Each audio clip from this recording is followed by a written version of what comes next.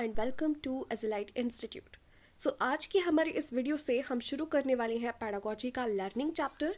और learning chapter में आज की हमारी जो वीडियो के टॉपिक्स रहेंगे वो रहेंगे लर्निंग की डिसेबिलिटीज़, इसके अलावा मेथड्स ऑफ एजुकेशन और लर्निंग डोमेन्स को।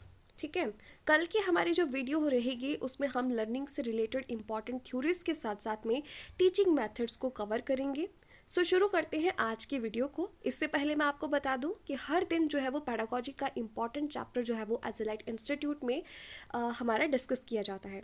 तो अगर आपको उसकी प्लेलिस्ट का लिंक चाहिए होगा तो डिस्क्रिप्शन बॉक्स में दिया गया होगा। और अगर आपको वीडियो पसंद आए तो एंड में आप इसको लाइक कर सकते हैं, सब्सक्राइब कर सकते हैं, शेयर कर सकते हैं अपने फ्रेंड्स के साथ में। सो चलिए मूव करते हैं आज के वीडियो पर। तो सबसे पहले बात करें लर्निंग की, जिसको हम बोलते हैं हिंदी में अधिगम।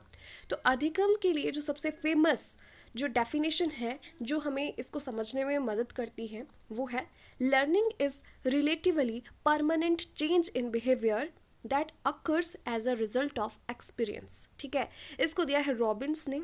ठीक है, इसको हिंदी में बोलते हैं कि अपेक्षाकृत स्थायी परिवर्तन का नाम जो है वो अधिगम होता है। ठीक है, और ये किसका रिजल्ट है? एक्सपीरियंसेस का रिजल्ट है। यानी कि स्थाई इन द सेंस कि अगर कोई चेंज हमारे पास में परमानेंट है तो उसको हम स्थाई ही कहेंगे, क्योंकि उसमें कुछ बदलाव नहीं आएगा।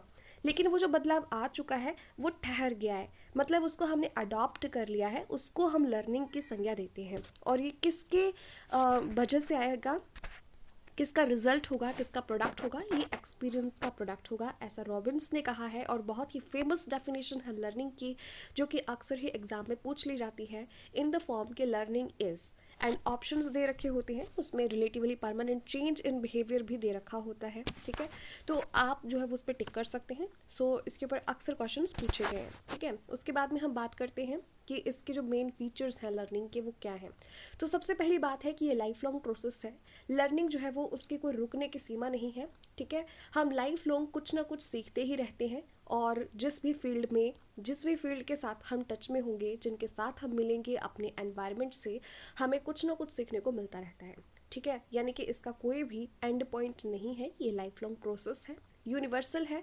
यानी कि ऐसा नहीं है कि सिर्फ और सिर्फ मानव में ही ये प्रोसेस चलता है, पशु भी सीखते हैं, पक्षी भी सीखते हैं, हर कोई जो है वो सीखता है। और ये यूनिवर्सल है, यानी कि पूरे के पूरे इस जहान में, दुनिया में लर्निंग का प्रोसेस जो है वो सारे जीव जंतुओं में इन्वॉल्व रहता है। ठीक है, तीसरा है पर्पसिव, यानी कि इसमें कोई ना कोई पर्पस हमारा इन्वॉल्व रहता है। बिना पर्पस के आपकी लर्निंग नहीं पॉसिबल है। ठीक है, हमारे पास में कोई ना कोई लक्ष्य होगा जिसको पूरा करने के लिए हम सीखते हैं।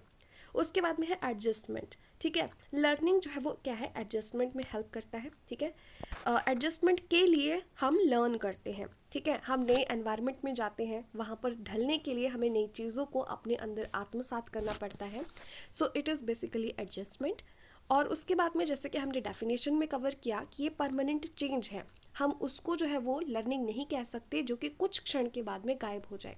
ठीक है, लर्निंग प्रॉपर कब होगी? जब हमारी वो लाइफ का पार्ट बन जाए। ठीक है, हमारी पर्सनालिटी का एक भाग बन जाए। अब बात करते हैं हमारे पास में कि इसके जो फैक्टर्स हैं जो इसको इन्फ्लुएंस करते हैं, अफेक्ट करते हैं। सबसे पहले बात करें हम पर्सनल फैक्टर्स की, उसके बाद में आते हैं एनवायरमेंटल फैक्टर्स। ठीक है, तो पर्सनल फैक्टर्स में क्या आता है कि हमारी जो एज है वो भी डिटरमाइन करती है कि हम किस लेवल से, किस पेस में, कितना अमाउंट में सीखते हैं। देन हमारी मैच्योरिटी, कि हमारे सीखने की जो समझ है वो हमारी मैच्योरिटी के ऊपर डिपेंड करती है, परिपक्वता पर डिपेंड करती है। हमारी हेल्थ कैसी है वो डिटरमाइन करती है, वो अफेक्ट करती है कि हम सीख पाते हैं, उसमें देर लगती है या हम फास्ट सीखते हैं। इंटेलिजेंस के ऊपर भी डिपेंड करता है कि हम किसी फील्ड में बहुत आगे निकल जाते हैं, जबकि कुछ फील्ड्स में कुछ पीछे, और कुछ को हम बिल्कुल ही नहीं सीख पाते। इंटरेस्ट के ऊपर डिपेंड करता है, जब हमारा इंटरेस्ट किसी चीज़ में बहुत ज़्यादा होता है तो हम नेचुरली उसको बहुत फास्ट सीखते हैं। हमारा दृष्टिकोण कैसा है, उसको सीखने के लिए हमारी ललक कैसी है, हमें कितनी इंस्पिरेशन बाहर से मिल रही है, इंटरनल मोटिवेशन कितनी है, हमारी विल कितनी है कि हमें सीखना है, और हमारा गोल क्या है, ये सब आते हैं हमारे पर्सनल फैक्टर्स में, जो कि हमारी लर्निंग को प्रभावित करते हैं। उसके बाद में आते हैं हमारे पास में एनवायरमेंटल फैक्टर्स। एनवायरमेंटल फैक्टर्स में सबसे पहले आता है फिजिकल फैक्टर्स, जिसमें हमारी हेल्थ भी आ जाती है। सोशल फैक्टर्स, जिसमें हमारा एनवायरनमेंट आता है कि किन लोगों के कांटेक्ट में हम आते हैं, किस तरीके की उसमें बातचीत चलती है, कौन से टॉपिक्स वहाँ पर होते हैं। टाइम के ऊपर डिपेंड करता है कि हम कौन सा टाइम जो है वो किस चीज़ के ऊपर जो है वो बिता रहे हैं, हमारी किस एक्टिविटी में सबसे ज़्यादा टाइम स्पेंड हो रहा है। उसके बाद में फटीग यानी कि थकान के ऊपर भी डिपेंड करता है। जब हम थके होते हैं तो हम कम सीख पाते हैं या नहीं सीख पाते हैं। इसके बाद में हमारी अगर रेस्ट प्रॉपर हो तो हमारी लर्निंग जो है वो उसकी स्पीड जो है वो बढ़ जाती है। ठीक है, उसके बाद में अब करते हैं टाइप्स ऑफ एजुकेशन को। तो टाइप्स ऑफ एजुकेशन में हमारे पास में 3 टाइप्स ऑफ एजुकेशन आते हैं। सबसे पहले सबसे पहले हमारी जो एजुकेशन स्टार्ट होती है वो होती है इनफॉर्मल। ठीक है, यानी कि जब बच्चा पैदा होता है तो सबसे पहले अपनी मदर के कांटेक्ट में आता है, देन फैमिली के कांटेक्ट में आता है। उसके बाद में धीरे धीरे उसका जो दायरा है वो बढ़ता जाता है। Society, press, radio, cinema, church, playground, library, इस तरीके से जितने भी हमारे पास में ऐसे इंस्टीट्यूट आप बोल सकते हैं या ऐसा एनवायरनमेंट बोल सकते हैं जिसमें कि हमारे ऊपर ज़्यादा रोक टोक नहीं होती है। ठीक है, औपचारिकताएं नहीं होती हैं। ऐसे एनवायरनमेंट में जब हमें सीखने को मिलता है तो उसको हम बोलते हैं एन इनफॉर्मल एनवायरनमेंट। और इसका सीधा साधा लिंक है कि हम नेचर से जब हम सीखते हैं, नेचुरल एनवायरनमेंट में हम जब रह कर के सीखते हैं तो उसको इनफॉर्मल एजुकेशन बोलते हैं। उसके बाद में आती है हमारी फॉर्मल एजुकेशन जो कि स्कूल से शुरू होती है, देन कॉलेज में, इन एजुकेशनल इंस्टीट्यूट में जो है वो चलती है। इसके बाद में अगर हम कहीं पे जॉब करते हैं तो वहाँ पर भी हमारे पास में फॉर्मल एजुकेशन चलती है, क्योंकि वहाँ पर कुछ एक औपचारिकताएं होती हैं। उन रूल्स के अंडर रह कर के हमें एक डिसिप्लिन में, एक डेकोरम में रह कर के जो है वो उसको मेंटेन करके जो है वो सीखना होता है। उसके बाद में उसमें जो है वो टाइम भी फिक्स होता है हमारा। ठीक है, उसके बाद में सिलेबस भी उसमें फिक्स होता है। अब बात करते हैं थर्ड टाइप ऑफ एजुकेशन की, तो वो है नॉन फॉर्मल एजुकेशन। ठीक है, ऐसे लोग जिनके पास समय कम होता है या किसी भी वजह से वो जो है रेगुलर एजुकेशन नहीं ले पाते हैं, तो उनके लिए दूसरा मेथड जो चलता है वो होता है नॉन फॉर्मल एजुकेशन, जिसमें कि हमारे पास में एडल्ट्स के लिए जो है वो डिस्टेंस एजुकेशन हो गई, कॉरेस्पॉन्डेंस कोर्स हो गए। ठीक है, फिर समर इंस्टीट्यूट हो गए, जो लोग रेगुलर नहीं जा सकते हैं, ऑन जॉब ट्रेनिंग हो गई, रेडियो हो गया। ठीक है, टेली ब्रॉडकास्ट हो गया, ओपन यूनिवर्सिटीज़ हो गई जैसे कि इग्नू हिमाचल प्रदेश में, आईसीड्यूल, और इस तरीके से जो है वो अलग अलग स्टेट्स में अलग अलग टाइप की ओपन यूनिवर्सिटीज़ जो है वो हो सकती हैं। ठीक है, तो जब हम ऐसे थोड़े बहुत ओपन और डिस्टेंस से हम सीखते हैं, जिसमें थोड़ी बहुत हमें फ्रीडम भी होती है और कम समय में हमने सीखना होता है, तो उसको हम नॉन फॉर्मल बोलते हैं। ठीक है, non formal type of education बोलते हैं। ठीक है, अब हम बात करते हैं कि एजुकेशन के टाइप्स की। ठीक है, इनके जो हमारे पास में बाइपोलर और ट्राइपोलर एजुकेशन दिया है। बाइपोलर एजुकेशन हमें दिया है एडम्स ने, जिसमें कि उसने कहा कि एजुकेशन जो है वो 2 पोल्स के ऊपर डिपेंड करता है, टीचर और स्टूडेंट, इनके बीच में चलने वाली प्रक्रियाएं ही एजुकेशन को प्रभावित करती हैं। उसके बाद में थर्ड जो हमारे पास में यूनिवर्सली एक्सेप्टेड है, आज हम भी इसको एक्सेप्ट करते हैं, वो है ट्राइपोलर एजुकेशन, जिसमें कि टीचर, करिकुलम और स्टूडेंट ये तीनों इन्वॉल्व रहते हैं, और ये टीचिंग प्रोसेस के अंडर जो है वो ये तीनों एक दूसरे को इन्फ्लुएंस कर रहे होते हैं और इनकी वजह से जो वो एजुकेशन कंप्लीट हो पाती है। ठीक है, इसको दिया था जॉन डीवे ने, और जॉन डीवे ने लर्निंग बाय डूइंग का मेथड भी दिया था। ठीक है, अब बात करते हैं डोमेन्स ऑफ लर्निंग की। तो डोमेन्स ऑफ लर्निंग में 3 डोमेन्स हमारे आते हैं। सबसे पहले आता है साइकोमोटर, जिसमें कि हम फिजिकल एक्टिविटीज़ से लर्न करते हैं। दूसरा आता है अफेक्टिव मोटर, ठीक है, अफेक्टिव लर्निंग, ठीक है, जिसमें कि हमारे अफेक्टिव डोमेन जिसमें कि हमारे इमोशंस इन्वॉल्व रहते हैं। और तीसरा आता है कॉग्निटिव। कॉग्निटिव का सीधा साधा संबंध है हमारे संज्ञान से, ठीक है, यानी कि ब्रेन से और माइंड से। जब हम ऐसी एक्टिविटीज़ के थ्रू सीखते हैं तो उसको हम कॉग्निटिव डोमेन बोलते हैं। अब बात करते हैं लर्निंग डिसेबिलिटीज़ की, जो कि टैट और सी टैट में बहुत बार पूछे जाते हैं और हम बहुत कन्फ्यूज रहते हैं। तो सबसे पहले है हमारे पास में डिसलेक्सिया।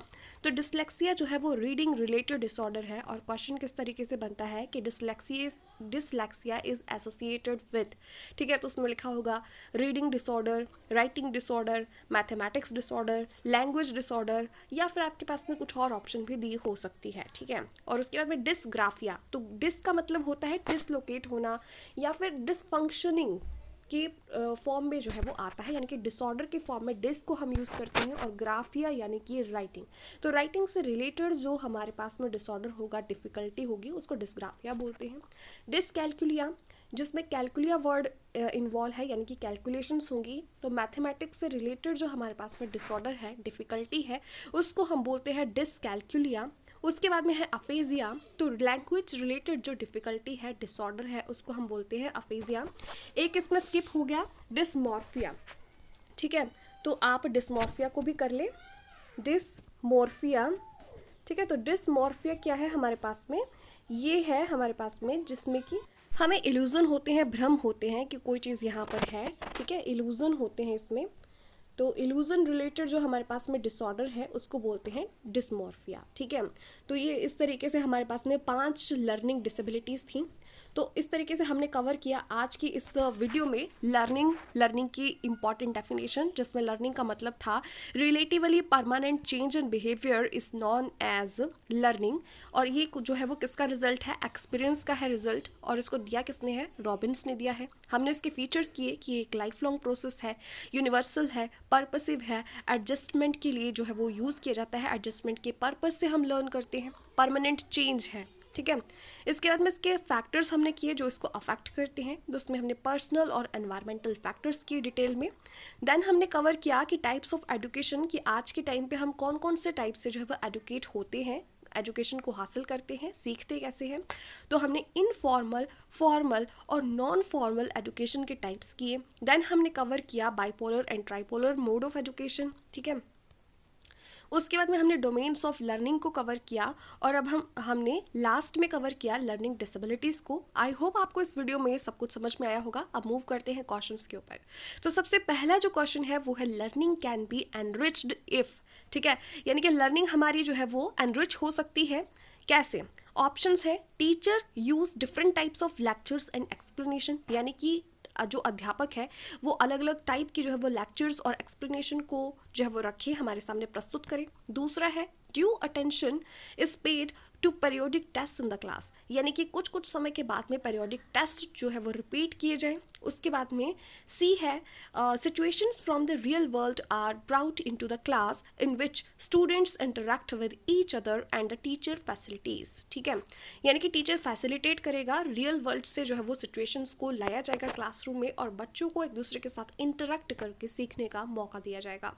और चौथा ऑप्शन इन्होंने दे रखा है, more and more teaching aids are used in the class, यानी कि हम बहुत सारी टीचिंग एड्स को जो है वो यूज़ करें तो भी हमारी लर्निंग को एनरिच किया जा सकता है। ठीक है, तो इसमें जो हमारे पास में चारों ऑप्शंस है वैसे तो देखा जाए तो ठीक है, लेकिन जो सबसे करेक्ट ऑप्शन है वो है हमारे पास में कि रियल वर्ल्ड से अगर सिचुएशन को क्लासरूम में लाया जाए और एक दूसरे के साथ इंटरेक्ट करके सीखने का मौका दिया जाए, जिसमें कि टीचर जो है वो सिचुएशन को फैसिलिटेट करे, तो बच्चे को सबसे बेहतर एनवायरनमेंट सीखने के लिए मिल सकता है। ठीक है, क्योंकि सिचुएशन रियल वर्ल्ड से उठाई गई है तो वो उसको रिलेट कर पाएगा और उसमें अगर बच्चों को इंटरेक्ट करने का मौका मिलता है तो उनकी जो है वो क्रिएटिव थिंकिंग, ठीक है, उनकी क्रिएटिविटी जो है वो बढ़ेगी, उनकी लॉजिकल थिंकिंग बढ़ेगी। ठीक है, और अगर टीचर फैसिलिटेट करता है तो उसमें जो उनसे गलतियां होंगी वो उनको सुधार कर पाएगा, वो उनको फैसिलिटेट कर पाएगा कि उनको वैसा एनवायरनमेंट जो है वो प्रॉपर दिया जा सके। ठीक है, so third option is correct here.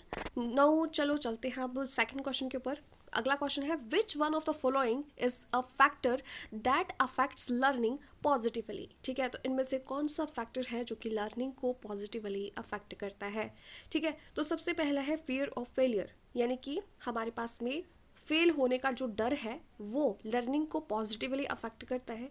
दूसरा है कंपटीशन विद पीयर्स, यानी कि हमारे पास में कंपटीशन हो पीयर्स के साथ में कि हमें आगे आना है, फर्स्ट आना है। तीसरा है मीनिंगफुल एसोसिएशन, ठीक है, यानी कि वो अपने आप से एसोसिएट कर पाते हैं, रियल वर्ल्ड से एसोसिएट कर पाते हैं। या फिर चौथा है प्रेशर फ्रॉम पेरेंट्स, कि पेरेंट्स जो वो प्रेशराइज करते हैं कि तुम करो, तुम्हें फर्स्ट ही आना है। ठीक है, तो इसमें से जो करेक्ट ऑप्शन है वो है हमारे पास में मीनिंगफुल एसोसिएशन, यानी कि वो अपने रियल वर्ल्ड से, अपनी इमेजिनेशन से, ठीक है, अगर उस प्रॉब्लम को, लर्निंग को एसोसिएट कर पाते हैं तो वो बेटर तरीके से सीख सकते हैं। ठीक है, ये पॉजिटिवली अफेक्ट करेगा हमारी लर्निंग को अगर वो एसोसिएट कर पाते हैं। नेक्स्ट क्वेश्चन है हमारे पास में, which one of the following factors often leads to maladjustment of children. ठीक है, अब बच्चा जो है वो क्या है, माल एडजस्टेड है, ठीक है, कुसमायोजित है, और ऑप्शंस इसमें दे रखी हैं एक्सपीरियंशियल, अफेक्टिव, स्पिरिचुअल, प्रोफेशनल। ठीक है, तो इसमें से जो करेक्ट ऑप्शन है वो है हमारे पास में अफेक्टिव। ठीक है। अफेक्टिव जो हमारे पास में डोमेन है, मैंने जैसा कि आपको बताया, ये रिलेटेड टू इमोशंस है। ठीक है, किससे रिलेटेड है? ये इमोशंस से रिलेटेड है। और अगर कोई बच्चा इमोशनली जो है वो हमारे पास में स्टेबल नहीं होगा, चाहे वो किसी भी फैक्टर की वजह से हो, फैमिली की वजह से हो, या उसको एनवायरनमेंट में कुछ दिक्कत हो, है ना, तो उसके इमोशंस जब बाधित होंगे तो वो एडजस्टमेंट नहीं कर पाएगा। ठीक है, तो इसमें जो अफेक्टिव डोमेन है वो रिस्पॉन्सिबल होगा। टीचर को इस बात को समझना चाहिए, उसके एनवायरनमेंट को देखे और उस पर सुधार करे। ठीक है, अब नेक्स्ट क्वेश्चन पे मूव करते हैं। नेक्स्ट क्वेश्चन है, a student is aggressive in his behaviour towards his peer group and does not conform to the norms of the school, the student needs help in. ठीक है, कोई बच्चा है बहुत ज़्यादा एग्रेसिव नेचर का है, बहुत ज़्यादा गुस्सैल है, ठीक है, और उसका जो पीयर ग्रुप है, ठीक है, यानी कि जो फ्रेंड सर्कल है और आसपास में जो उसके बच्चे हैं उनके साथ में क्या है, एग्रेसिव नेचर है उसका, और जो स्कूल में नॉर्म्स बनाए गए हैं, रूल्स बनाए गए हैं, वो उनको भी फॉलो नहीं करता है। ठीक है, तो उस स्टूडेंट को किस चीज़ की ज़रूरत है? सबसे पहला है लैक ऑफ स्पिरिचुअल मैच्योरिटी, ठीक है, दूसरा है लैक ऑफ इमोशनल मैच्योरिटी, तीसरा है इलिटरेट पेरेंट्स, और चौथा है इम्पल्सिव पेरेंट्स। ठीक है, तो इसमें जो करेक्ट आंसर है वो है लैक ऑफ इमोशनल मैच्योरिटी। ठीक है, यानी कि उसको समझ नहीं है कि किस तरीके से उसको बिहेव करना है, और कहीं ना कहीं वो इमोशनली माल एडजस्टेड है। That's why he is behaving like that, he और she is behaving like that. ठीक है, इसमें जो हमारे पास में इलिटरेट पेरेंट्स हैं उनके बच्चे भी कई बार बहुत अच्छे होते हैं, तो ये फैक्टर जो है वो हमारा नहीं हो सकता है कि पेरेंट्स अगर इलिटरेट हैं तो बच्चा जो है वो एग्रेसिव नेचर का हो जाएगा या नहीं समझेगा। स्पिरिचुअल मैच्योरिटी का इससे कोई लेना देना नहीं है। इम्पल्सिव पेरेंट्स भी इसमें जो है वो इतना इंपॉर्टेंट नहीं है। ठीक है, वो एक फैक्टर हो सकता है, लेकिन बेसिकली उसके इमोशंस जब सफ़र कर रहे होंगे तभी वो इस तरीके से बिहेव करेगा। ठीक है, सो इसी के साथ में हमारी आज की वीडियो ख़त्म होती है। आई होप आपको समझ में आया होगा। प्लेलिस्ट का लिंक आपको डिस्क्रिप्शन बॉक्स में मिल जाएगा, आप वहाँ से उसको जो है वो देख सकते हैं। Thank you so much for watching the video. Stay tuned, bye bye.